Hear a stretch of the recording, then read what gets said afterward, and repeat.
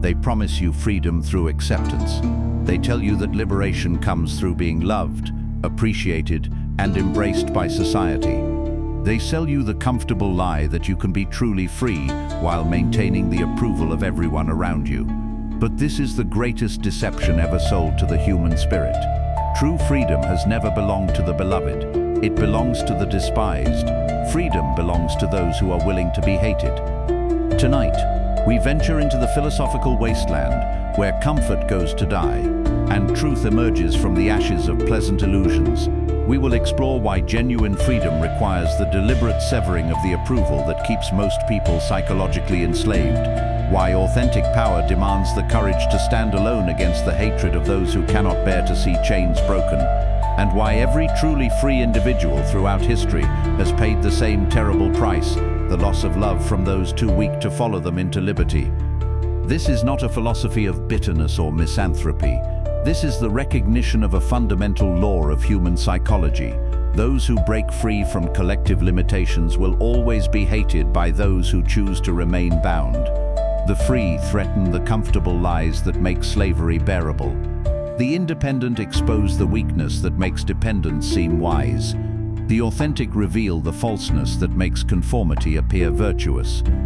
Through the uncompromising insights of Friedrich Nietzsche, who understood that the Übermensch must be willing to stand beyond the moral judgments of the herd, through the ruthless pragmatism of Niccolò Machiavelli, who revealed that leadership requires accepting the hatred of those who would prefer weak rulers, through the shadow wisdom of Carl Jung, who showed that individuation always produces rejection from the collective unconscious, through the existential courage of Jean-Paul Sartre, who recognized that authentic existence requires the strength to bear total responsibility without social support, and through the stoic resolve of Marcus Aurelius, who accepted that virtue often produces enmity from those who profit from vice, we will uncover why freedom and hatred are inseparable companions in the journey toward genuine human sovereignty.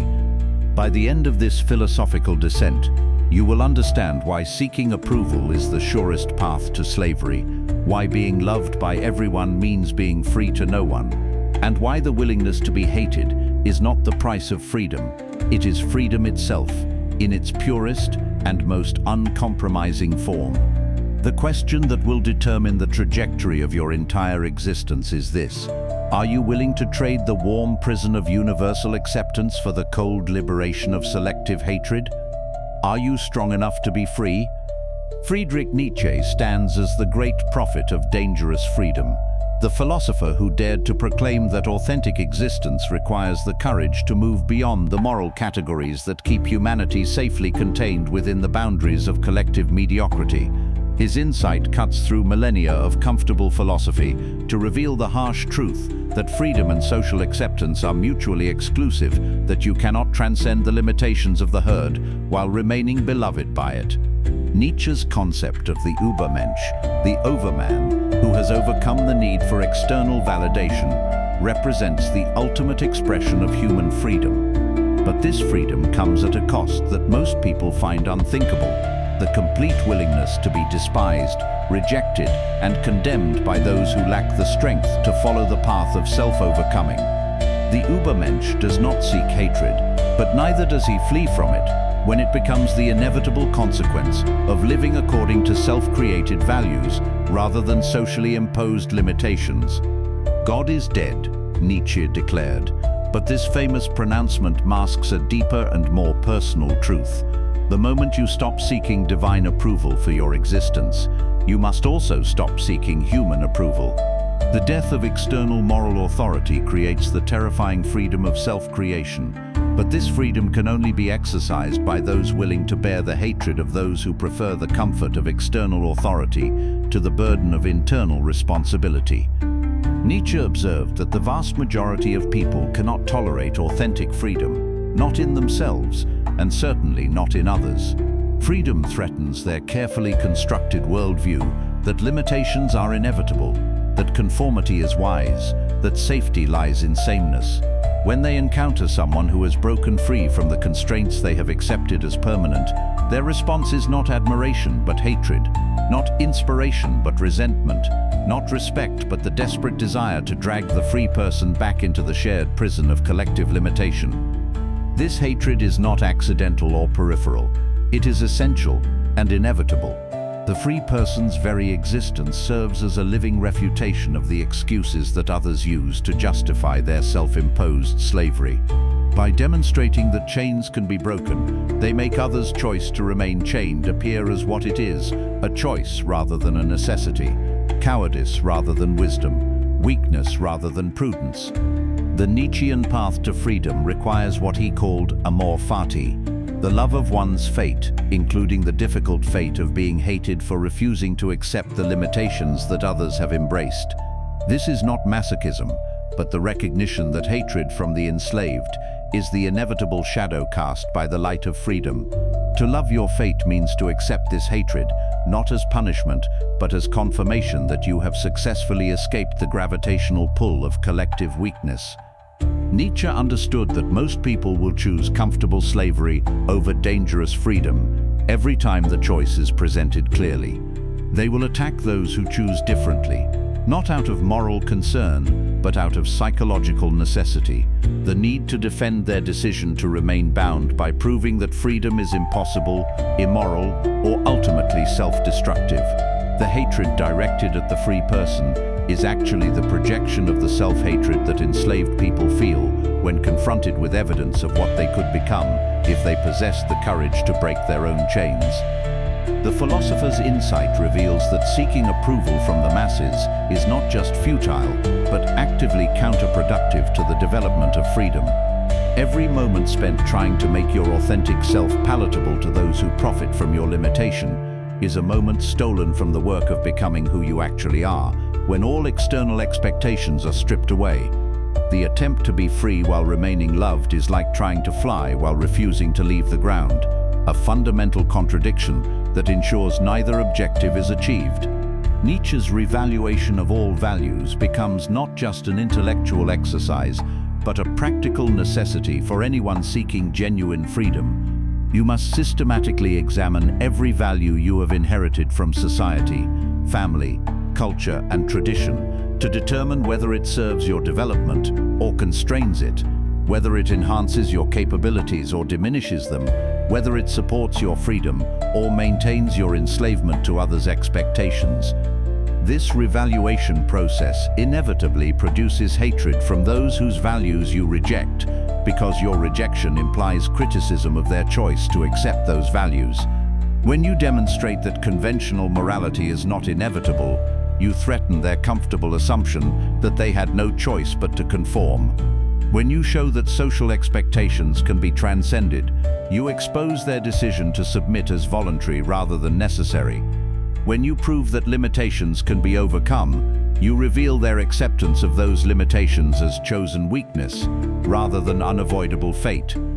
The path beyond good and evil that Nietzsche described requires the psychological strength to withstand not just criticism, but active hatred from those who need your failure to validate their choice, not to attempt what you have achieved. This strength cannot be borrowed, inherited, or shared.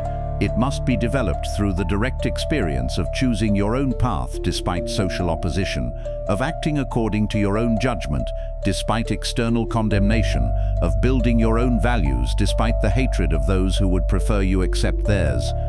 Niccolo Machiavelli approached the relationship between freedom and hatred from the perspective of political power, revealing how the dynamics that govern states also govern individuals who seek to maintain their independence in a world where most people prefer to be governed rather than to govern themselves. His analysis demonstrates that freedom is fundamentally a political act that creates enemies among those who benefit from your dependence.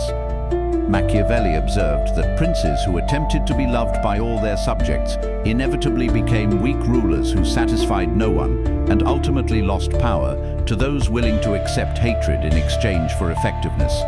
The prince who insists on universal approval must compromise his judgment to accommodate every competing interest, dilute his vision to offend no one, and constrain his actions to remain within boundaries that everyone finds comfortable. This strategy of universal appeasement produces not love but contempt, not loyalty but exploitation, not peace but the kind of weakness that invites aggression from those who recognize indecision disguised as kindness. The ruler who cannot bear to be hated cannot make the difficult decisions that effective leadership requires. The individual who cannot tolerate disapproval cannot take the bold actions that freedom demands. From the Machiavellian perspective, hatred is often a sign of effective action rather than moral failure. When you make decisions based on your own judgment rather than popular consensus, when you pursue objectives that serve your long-term interests rather than others' immediate comfort, when you establish boundaries that protect your freedom rather than accommodating everyone's preferences, you will inevitably generate hatred from those whose interests conflict with your independence. This hatred serves as valuable feedback about the effectiveness of your strategy, rather than evidence of your moral inadequacy. The person seeking to maintain their freedom must learn to interpret social hostility as potential confirmation that they are successfully resisting the forces that would prefer them dependent, controllable, and ultimately enslaved to others' agendas. Machiavelli's analysis extends beyond formal political leadership to every situation where maintaining your independence conflicts with others' preferences for your dependence. In professional settings, your refusal to compromise your standards to accommodate mediocrity will generate hatred from those who would prefer universal lowering of expectations to individual elevation of performance. In personal relationships, your insistence on maintaining your own identity rather than merging with others' expectations will create resentment among those who prefer relationships based on mutual limitation rather than mutual growth.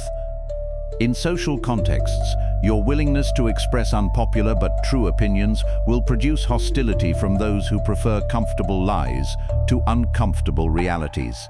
In each case, the hatred you encounter serves as evidence that you are successfully maintaining your independence, rather than surrendering it for the temporary comfort of social acceptance. The Machiavellian insight reveals that freedom is fundamentally incompatible with the desire to be universally loved, because freedom requires making choices that benefit your development, even when those choices disadvantage others who would prefer you remain at their level. True independence means accepting that your success may make others feel inadequate, your growth may expose others' stagnation, your strength may highlight others' weakness. Those who cannot bear to provoke such feelings in others will voluntarily limit themselves to levels that everyone finds non-threatening. They will constrain their achievements to avoid making others feel unsuccessful, suppress their capabilities to avoid appearing superior, and abandon their aspirations to maintain the illusion of universal equality. This self-imposed limitation may preserve social harmony, but it destroys personal freedom by making you dependent on others' comfort for permission to be yourself. Machiavelli understood that effective leaders must be willing to accept hatred as the price of making decisions that serve long-term objectives rather than short-term popularity. The prince who focuses on being loved will make decisions designed to generate immediate approval rather than lasting benefit, will choose strategies that feel good rather than strategies that work, will prioritize the appearance of kindness over the reality of effectiveness. This approach inevitably produces disasters that cause far more suffering than the temporary discomfort of being disliked for making hard but necessary choices. The leader who cannot bear hatred will avoid confronting problems until they become crises, will delay difficult decisions until delay makes them more difficult, will seek consensus when decisive action is required. The individual seeking personal freedom faces the same choice. Accept the hatred that comes with making choices based on your own judgment, or surrender your independence to maintain the approval of those who benefit from your dependence. There is no middle ground, no comfortable compromise, no way to be truly free while remaining universally beloved. Carl Jung's exploration of the collective unconscious reveals the deeper psychological mechanisms that make hatred the inevitable companion of individual freedom. His analysis shows that the person who chooses individuation, the process of becoming a complete individual, necessarily separates themselves from the collective psychological matrix in ways that trigger primitive fears and aggressive responses from those who remain embedded in group consciousness. Jung understood that authentic individuation requires the integration of the shadow, those aspects of personality that the collective has taught us to repress, deny, or project onto others. This integration process necessarily brings the individual into conflict with collective values that depend on shadow projection for their maintenance. When you own your capacity for aggression rather than projecting it onto enemies, your desire for power rather than pretending it doesn't exist, your competitive instincts rather than disguising them as cooperation, you threaten the psychological equilibrium of those who maintain their identity through the denial of these same qualities. The hatred directed at individuated people often represents the collective's attempt to force them back into unconsciousness, to make them reproject their shadow onto acceptable targets, to return them to the state of psychological fragmentation that keeps them dependent on external authorities for moral guidance. The integrated person who has made peace with their complete nature threatens the comfortable fiction that moral people are pure and immoral people are corrupted. Jung observed that individuals who had successfully navigated the individuation process often found themselves isolated from social groups that had previously provided identity and belonging. This isolation was not accidental, but inevitable, because their psychological wholeness exposed the fragmentation that others maintained through collective participation. Their independence revealed others' dependence, their authenticity exposed others' personas, their integration highlighted others' projection. The psychological pressure to return to collective consciousness can be overwhelming because it promises relief from the isolation that authentic selfhood creates. The individuated person faces the constant temptation to fragment themselves again, to reproject their shadow, to return to the comfortable state of being partially conscious in exchange for social acceptance. Resisting this pressure requires tremendous psychological strength because it means choosing to remain complete despite the hatred that completeness provokes. Jung's analysis reveals that the hatred encountered by free individuals is not primarily directed at their actions, but at their being, at the very fact that they exist as integrated, autonomous beings who do not depend on collective consciousness for their identity. This hatred is primitive and instinctual, emerging from the same psychological depths that create mob behavior, scapegoating, and the persecution of anyone who threatens group cohesion through the demonstration of individual possibility. The collective unconscious contains powerful forces designed to maintain group unity through the suppression of individual differentiation.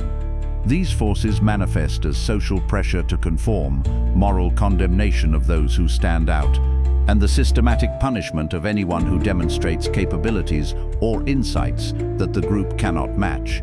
The person seeking psychological freedom must be prepared to face these forces directly, to accept hatred as the price of consciousness, to choose individuation despite the isolation it creates. Jung understood that this choice is not made once, but continuously throughout the individuation process. Every moment of personal growth creates new opportunities to return to collective unconsciousness, to trade authenticity for acceptance, to abandon the difficult work of being yourself for the easier work of being what others expect. The hatred you face serves as a test of your commitment to consciousness versus your attachment to belonging. The individuated person learns to use social hatred as a compass, pointing toward authentic development. When your choices provoke intense negative reactions from the collective, it often indicates that you are moving in a direction that serves your individuation rather than their comfort. When your growth produces fear and resentment in others, it suggests that you are developing capabilities they would prefer you not possess. When your independence triggers aggressive attempts to control or contain you, it confirms that you are successfully escaping the psychological matrix that keeps others dependent on external validation. This process requires what Jung called the transcendent function, the ability to maintain psychological balance while moving beyond collective values that no longer serve individual development.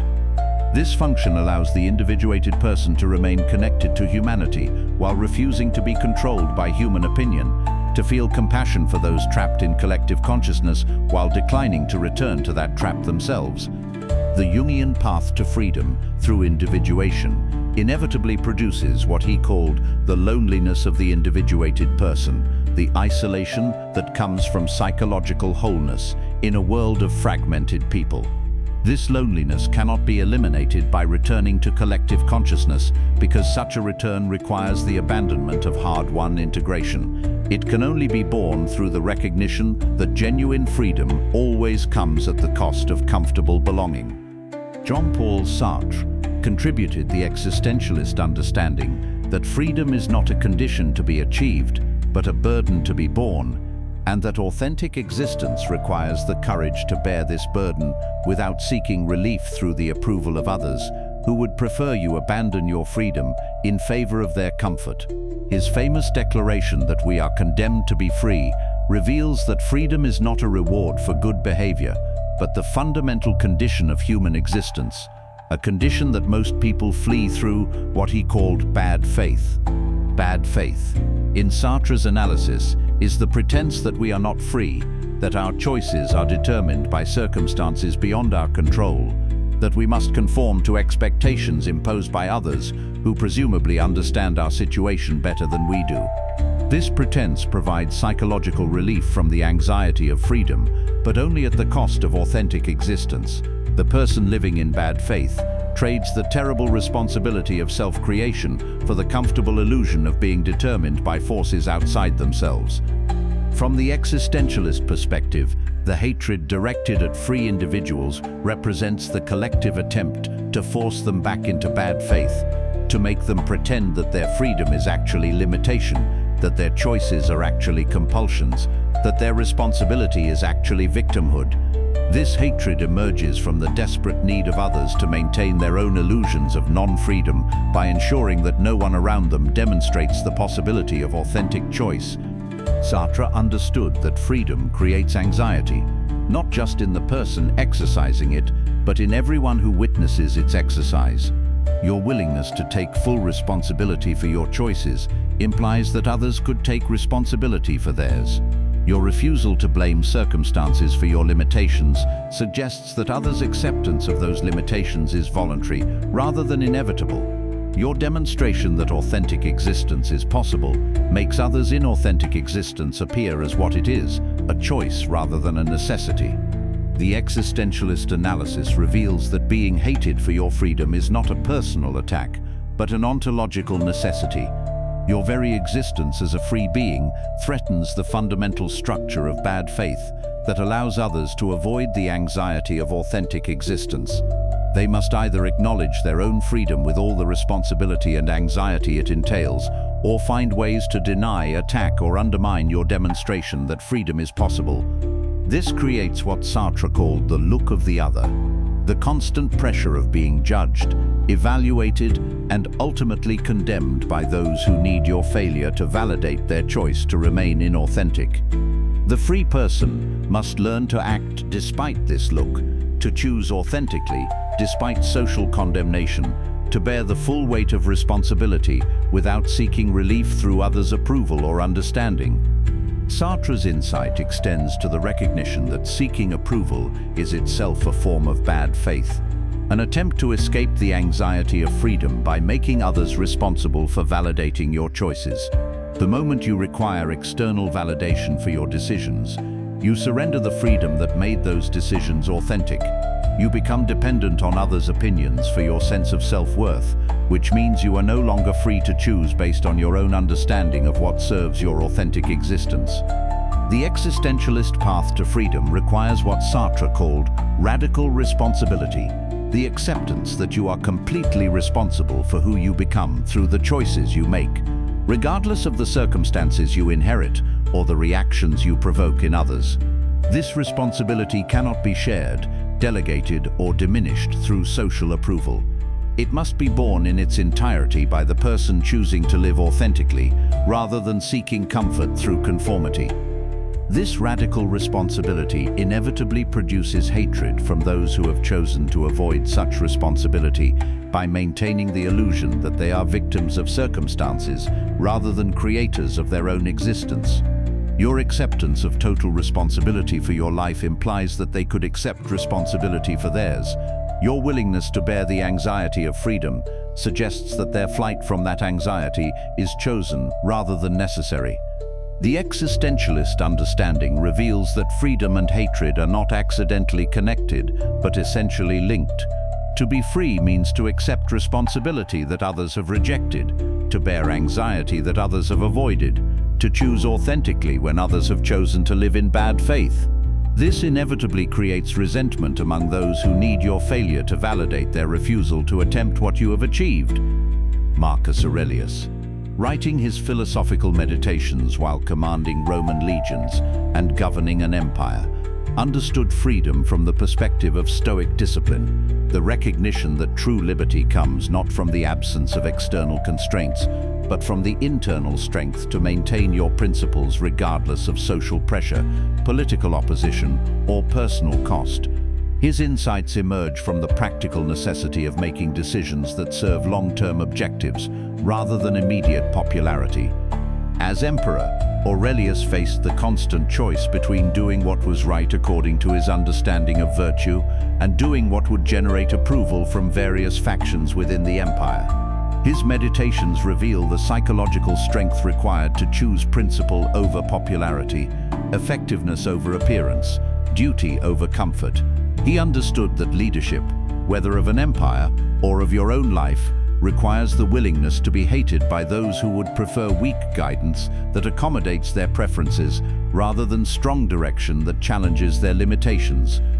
The Stoic approach to freedom recognizes that most people cannot tolerate authentic virtue because it exposes their own moral compromises, their own character weaknesses, their own failures to live according to principles that transcend immediate self-interest. When you consistently choose what is right rather than what is popular, you create a standard that makes others' moral flexibility appear as what it is, the compromise of principle for comfort, the abandonment of virtue for approval, the surrender of integrity for social peace. Aurelius observed that virtue often provokes hatred, not because it harms others, but because it helps them in ways they would prefer to avoid. The person who maintains high standards forces others to confront the possibility of raising their own standards. The individual who acts according to principle demonstrates that principled action is possible even when it is difficult. The leader who refuses to compromise core values reveals that others' compromises are chosen rather than inevitable.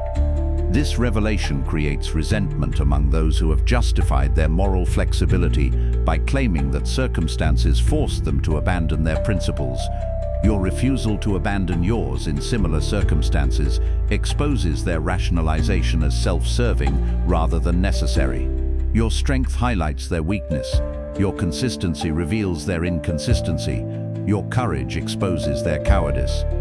The Stoic understanding of freedom emphasizes that you cannot control others' reactions to your choices, but you can control whether those reactions influence your decisions. The person seeking genuine freedom must learn to act based on their own understanding of what is right, rather than on others' approval of those actions.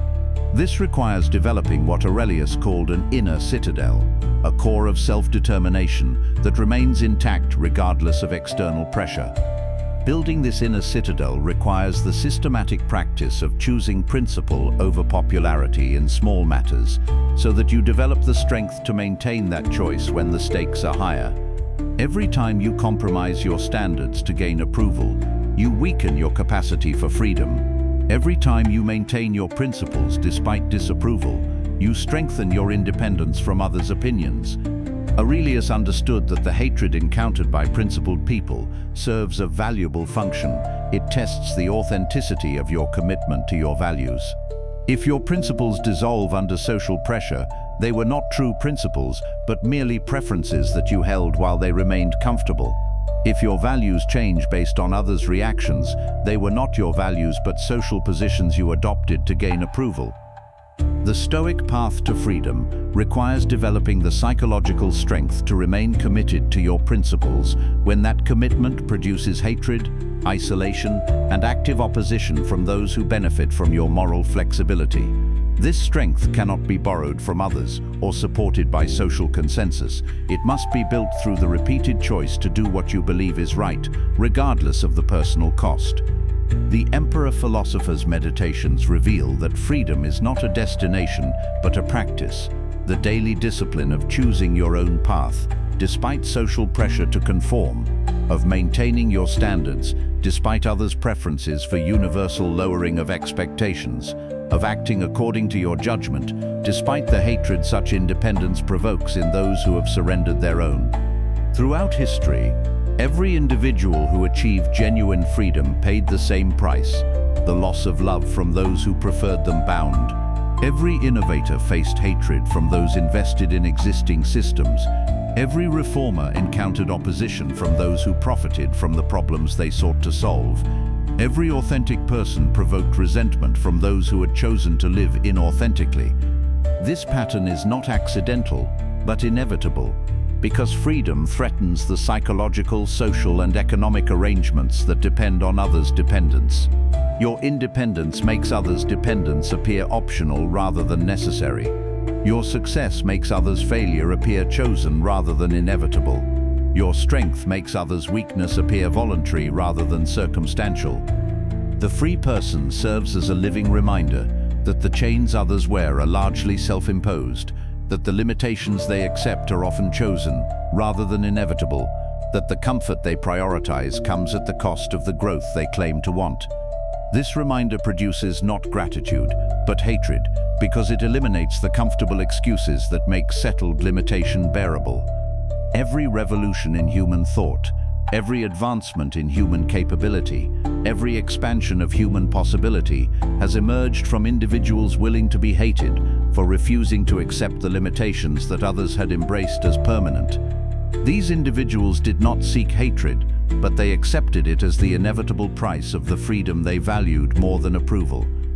The pattern extends beyond historical figures to everyone who chooses authentic existence over social acceptance.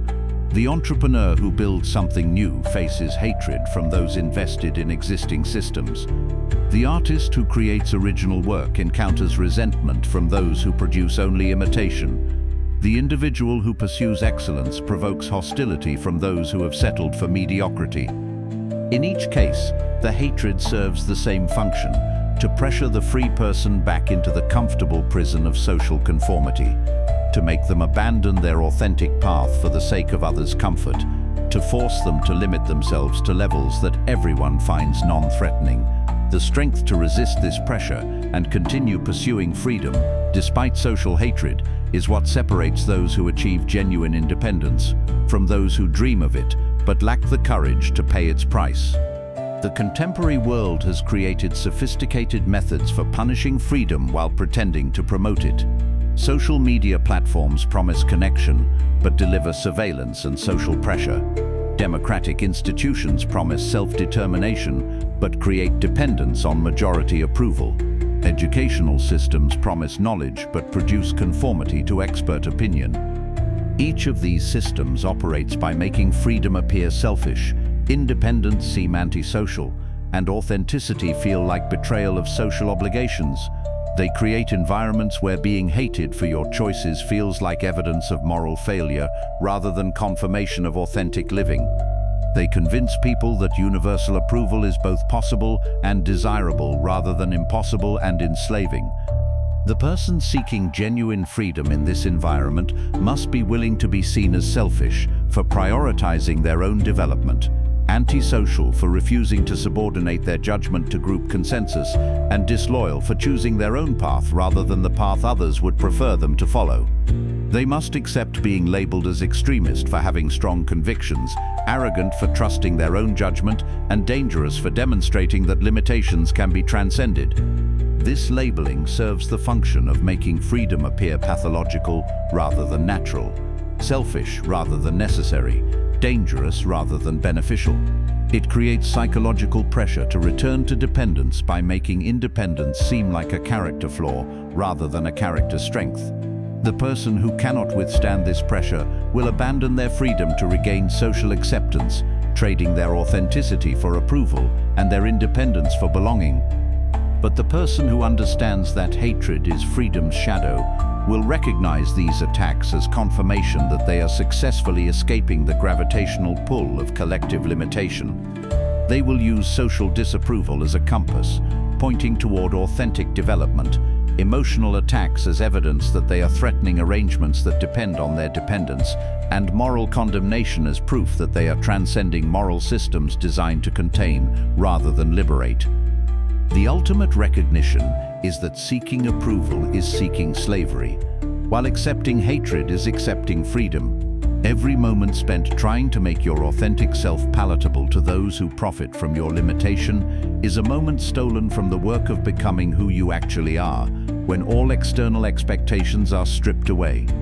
Freedom belongs to those willing to be hated, not because hatred is the goal, but because it is the inevitable result of refusing to accept the limitations that others have embraced. The free person does not seek conflict, but accepts it when conflict becomes the price of authenticity. They do not pursue isolation, but bear it when isolation becomes the cost of independence. They do not desire enmity, but endure it when enmity becomes the consequence of refusing to submit to others' preferences for their dependence.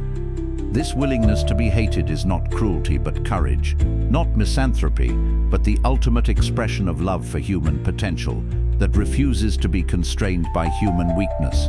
The truly free person serves humanity, not by making everyone comfortable, but by demonstrating that comfort is not the highest human value, that security is not worth the price of authenticity, that approval is not more important than self-respect. The choice that determines everything is simple but brutal. Will you seek the warm prison of universal love, or the cold liberation of selective hatred?